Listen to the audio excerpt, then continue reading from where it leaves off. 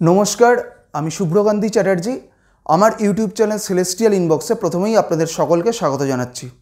बर्तमान ग्रहगत अवस्थानेर भित्तिते आमादेर राशिचक्रेर सप्तम राशि अर्थात तुला राशिर जातक जातिकादेर एई एप्रिल मास केमन जेते पारे आजके आमी सेई विषये किछु कथा बोलबो। प्रथमेई जेटा बोलबो जे एई एप्रिल मासे आमादेर राशिचक्रेर जे सप्तम राशि अर्थात तुला राशिर सापेक्षे आमादेर राशिचक्रे कोन कोन ग्रह कोथाय कोथाय अवस्थान करबे। प्रथमेई बोली जे এই মুহূর্তে তুলা রাশির সাপেক্ষে পঞ্চমে অর্থাৎ কুম্ভ রাশির ঘরে এই মুহূর্তে মঙ্গল এবং শনি একত্রে অবস্থান করছে। আগামী 23শে এপ্রিল মঙ্গল চলে আসবে কুম্ভ থেকে মীন রাশির ঘরে, অর্থাৎ 23শে এপ্রিলের পর মঙ্গল চলে যাবে তুলা রাশির সাপেক্ষে পঞ্চম থেকে ষষ্ঠে। এই ষষ্ঠতেই অর্থাৎ মীন রাশির ঘরেই এই মুহূর্তে অবস্থান করছে রবি, শুক্র এবং রাহু। অর্থাৎ তুলা রাশির সাপেক্ষে ষষ্ঠে এই মুহূর্তে রবি, শুক্র এবং রাহু একত্রে অবস্থান করছে এবং आगामी 14 एप्रिल रवि चले आसबे षष्ठ থেকে सप्तमे अर्थात रवि चले आसबे मीन থেকে मेष राशिर घरे এবং ठीक একই ভাবে आगामी 25 एप्रिल शुक्र चले आसबे मीन থেকে मेष राशिर घरे अर्थात तुला राशिर सापेक्षे शुक्र चले आसबे षष्ठ থেকে सप्तमे। এই সপ্তমেই অর্থাৎ मेष राशिर घरे এই মুহূর্তে বৃহস্পতি এবং বুধ একত্রে অবস্থান করছে এবং आगामी 9 एप्रिल बुध বক্রী হয়ে চলে আসবে मेष থেকে मीन राशिर घरे अर्थात 9 एप्रिलेर पर थेके तुला राशिर सापेक्षे षष्ठे किन्तु अवस्थान करबे बुध एबं तुला राशिर द्वादशे अर्थात कन्या राशिर घरे एई मुहूर्ते केतु अवस्थान करछे। प्रथमेई बोली जे आगामी 23 एप्रिलेर पर थेके मंगल चले जाबे मीन राशिर घरे अर्थात षष्ठ भावे।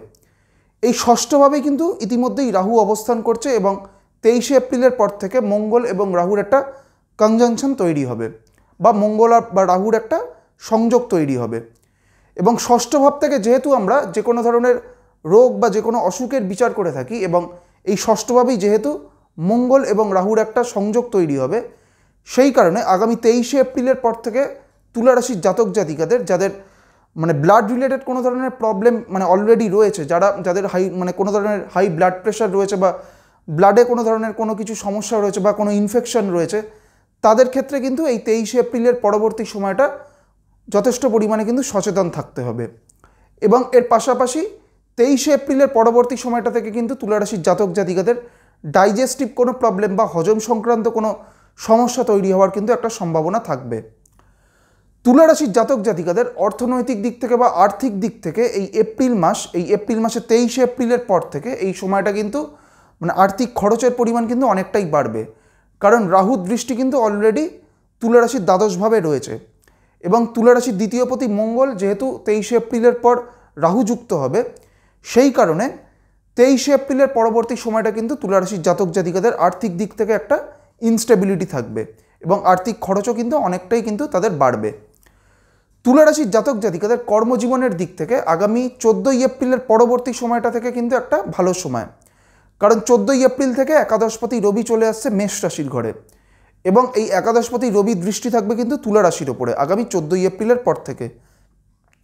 তাই 14 এপ্রিলের পরবর্তী সময়টা থেকে তুলা রাশির জাতক জাতিকাদের তাদের কর্মজীবনের দিক থেকে বা তাদের প্রফেশনাল লাইফের দিক থেকে তাদের কিন্তু একটা উন্নতির সম্ভাবনা রয়েছে। বিশেষ করে যারা চাকরি করছেন তাদের চাকরিতে কিন্তু একটা পদোন্নতির সম্ভাবনা এই আগামী 14 এপ্রিলের পর থেকে কিন্তু সেই সম্ভাবনা রয়েছে এবং তুলা রাশির যারা ব্যবসাও করছেন তাদের ক্ষেত্রেও এই এপ্রিল মাসটা কিন্তু সামগ্রিকভাবেই একটা ভালো সময়। তুলা রাশির জাতক জাতিকাদের এই এপ্রিল মাসে তাদের পারিবারিক দিক থেকে কোনো পরিবর্তন হওয়ার কিন্তু একটা সম্ভাবনা রয়েছে, বিশেষ করে মাসের শেষের দিকটা যখন দ্বিতীয়পতি মঙ্গল যখন রাহু যুক্ত হবে অর্থাৎ 23 এপ্রিলের পরবর্তী সময়টা থেকে কিন্তু একটা পরিবারে কোনো পরিবর্তন হওয়ার কিন্তু একটা সম্ভাবনা থাকবে। তুলা রাশির জাতক জাতিকারা যারা বিবাহযোগ্য তাদের বিবাহের কোনো ধরনের নতুন কোনো যোগাযোগ তৈরি হওয়ার একটা সম্ভাবনা এই এপ্রিল মাসে থাকবে। তুলা রাশির জাতক জাতিকারা মানে যারা অলরেডি কোনো ধরনের আইনগত কোনো মানে বিষয়ের সাথে জড়িয়ে রয়েছে তাদের ক্ষেত্রে কিন্তু এই এপ্রিল মাস কিন্তু খুব একটা অনুকূল সময় নয়। এবং এর পাশাপাশি আরেকটি কথা বলবো যে তুলা রাশির ক্ষেত্রে কিন্তু বা তুলা রাশির জাতক জাতিকাদের ক্ষেত্রে এই এপ্রিল মাসে নতুন কোনো মানে আইনগত কোনো বিষয়ে জড়িয়ে পড়ারও একটা কিন্তু সম্ভাবনা রয়েছে। তুলা রাশির যারা শিক্ষার্থীরা রয়েছেন তাদের ক্ষেত্রে এই এপ্রিল মাস কিন্তু অত্যন্ত ভালো সময় এবং এর পাশাপাশি যারা উচ্চশিক্ষাতেও রয়েছেন বা যারা কোনো ধরনের রিসার্চে রয়েছেন তাদের ক্ষেত্রেও কিন্তু এই এপ্রিল মাস কিন্তু সামগ্রিকভাবে একটা খুব ভালো সময়। এইবার আমি আসছি তুলা রাশির যে নক্ষত্রগুলি রয়েছে, অর্থাৎ চিত্রা, স্বাতী এবং বিশাখা, এই তিনটি নক্ষত্রের জাতক জাতিকাদের এই এপ্রিল মাস কেমন যেতে পারে। প্রথমেই বলি যে এই এপ্রিল মাসে আমাদের রাশিচক্রের দুটি গুরুত্বপূর্ণ নাক্ষত্রিক গোচর হতে চলেছে। প্রথমটি হচ্ছে আগামী 6ই এপ্রিল শনি চলে আসবে শতভিসা থেকে পূর্ব ভাদ্রপদ নক্ষত্রে, এবং আগামী 17ই এপ্রিল বৃহস্পতি চলে আসবে ভরণী থেকে কৃত্তিকা নক্ষত্রে। প্রথমেই আমি আসছি তুলা রাশির যে নক্ষত্রটি, অর্থাৎ চিত্রা নক্ষত্রে। চিত্রা হচ্ছে আমাদের রাশিচক্রের 14 নম্বর নক্ষত্র, এবং চিত্রা হচ্ছে মঙ্গলের নক্ষত্র, এবং চিত্রা নক্ষত্রের শেষ দুটি চরণ রয়েছে তুলা রাশির ঘরে। এই মুহূর্তে নবতারা চক্রে চিত্রা নক্ষত্রের সাপেক্ষে প্রত্যরী নক্ষত্রে রাহু অবস্থান করছে, এবং এর পাশাপাশি আগামী 6ই এপ্রিলের পর থেকে শনি চলে আসবে এই আমাদের চিত্রা নক্ষত্রের সাপেক্ষে বিপদ নক্ষত্রে। সেই কারণে এই এপ্রিল মাসটা কিন্তু চিত্রা নক্ষত্রের জাতক জাতিকাদের খুব একটা অনুকূল সময় কিন্তু নয়। এর কারণ হচ্ছে যেহেতু রাহু প্রত্যরী নক্ষত্রে অবস্থান করছে, সেই কারণে চিত্রা নক্ষত্রের জাতক জাতিকাদের তাদের বিভিন্ন কাজে কিন্তু বাধা বিপত্তি ফেস করা, এবং যেহেতু আগামী 6ই এপ্রিলের পর থেকে শনি যেহেতু বিপদ নক্ষত্রে অবস্থান করবে, তাই বিভিন্ন কাজে ডিলে হওয়ারও কিন্তু একটা সম্ভাবনা চিত্রা নক্ষত্রের জাতক জাতিকাদের ক্ষেত্রে থাকবে। চিত্রার পর হচ্ছে স্বাতী নক্ষত্র।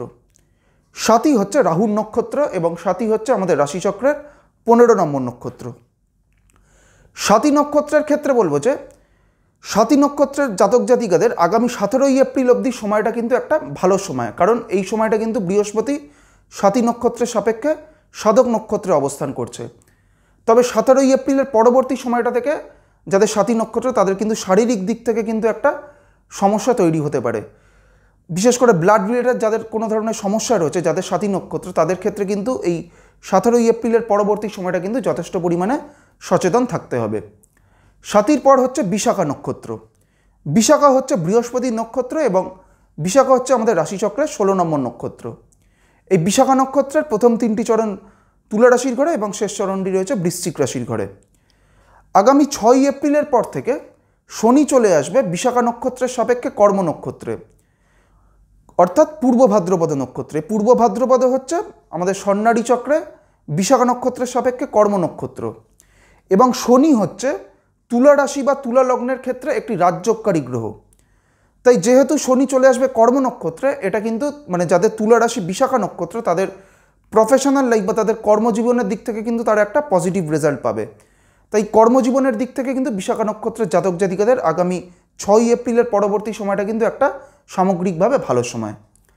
আজকে আমি আমাদের রাশিচক্রের সপ্তম রাশি অর্থাৎ তুলা রাশির জাতক জাতিকাদের এই এপ্রিল মাস কেমন যেতে পারে সেই বিষয়ে আলোচনা করলাম, এবং এর পাশাপাশি তুলা রাশির যে নক্ষত্রগুলিও রয়েছে অর্থাৎ চিত্রা, স্বাতী এবং বিশাখা, এই 3টি নক্ষত্রের জাতক জাতিকাদেরও এই এপ্রিল মাস কেমন যেতে পারে সেই বিষয়ে আপনাদের একটা সংক্ষিপ্ত ধারণা দেওয়ার চেষ্টা করলাম। পরবর্তী ভিডিওগুলির মাধ্যমে আমাদের রাশিচক্রের পরবর্তী যে রাশিগুলি রয়েছে সেই রাশিগুলির জাতক জাতিকাদের এই এপ্রিল মাস কেমন যেতে পারে সেই বিষয়ে আলোচনা করব। সবশেষে এটাই বলবো, আপনারা সকলে খুব ভালো থাকুন এবং সুস্থ থাকুন, এটাই প্রার্থনা করি। নমস্কার।